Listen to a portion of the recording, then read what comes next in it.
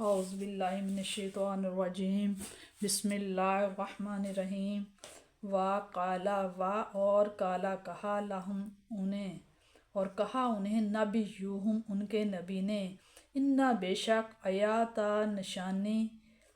ملکی ہی اس کی بادشاہت کی نشانی یہ ہے ان یاتیاکم التابوت ان کے یاتیا آئے گا کم تمہارے پاس التابوت ایک صندوق کہ آئے گا تمہارے پاس ایک صندوق فی ہی اس میں سکینتن سامان ہوگا تسلی والا من ربکم آپ کے رب کی طرف سے وبقیتن اور بچی ہوئی چیزیں باقی چیزیں مما جو تارکہ چھوڑی تھیں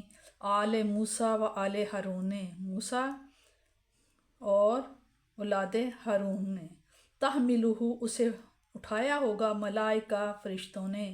اور اس صندوق کو فرشتوں نے اٹھایا ہوگا فرشتے لے کر آئیں گے ان بے شک فی ذالکہ اس میں لا ضرور آیاتن نشانیاں ہیں لا لیے کم تمہارے لیے ان اگر کن تم ہو مومنین اگر تم ایماندار ہو بنی اسرائیل بلا کب آسانی سے اپنی ضد سے باز آنے والے تھے فوراً مطالبہ کیا کہ آپ دلیل پیش کیجئے کہ طالوت کا انتخاب واقعی اللہ تعالیٰ نے کیا ہے اس وقت ان کے نبی نے انہیں فرمایا کہ اس کی حکومت کی نشانی یہ ہے کہ وہ صندوق جس میں تمہاری تسکین و طمانینت کا سامان ہے اور جس میں حضرت موسیٰ علیہ السلام اور ہارون علیہ السلام کے تبرکات تھے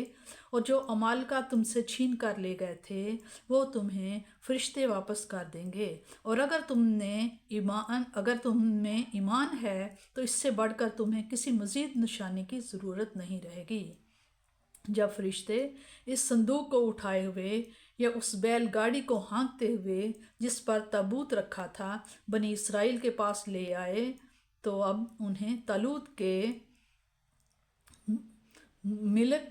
یعنی کہ طالوت کے بادشاہ بننے کے متعلق اطمینان ہو گیا نیز انہیں ڈھارس بندھ گئی کہ اب وہ یقیناً فتح یاب ہوں گے کیونکہ انبیاء کرام کے تبرکات والا صندوق جس میں حضرت موسیٰ علیہ السلام کا عصا اور پارچات اور حضرت ہارون علیہ السلام کا امامہ تھا انہیں واپس مل گیا ہے اس آیت سے یہ بھی واضح ہو گیا کہ وہ اشیاء جن کا تعلق اللہ تعالیٰ کے مقبول بندوں سے ہوتا ہے ان کی برکت سے دعائیں قبول ہوتی ہیں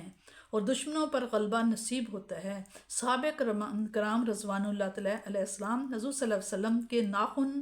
بال مبارک تبرکات کے طور پر پاس رکھا کرتے تھے حضرت خالد کے سر پر ایک کپڑے کی ٹوپی تھی جس میں حضور کریم صلی اللہ علیہ وسلم کا ایک بال شریف رکھا ہوا تھا حضرت خالد فرماتے ہیں کہ جس مارکہ میں یہ ٹوپی سر پر رکھ کر جاتا ہوں اللہ تعالیٰ اس بال کی برکت سے مجھے کامیاب و کامران کرتا ہے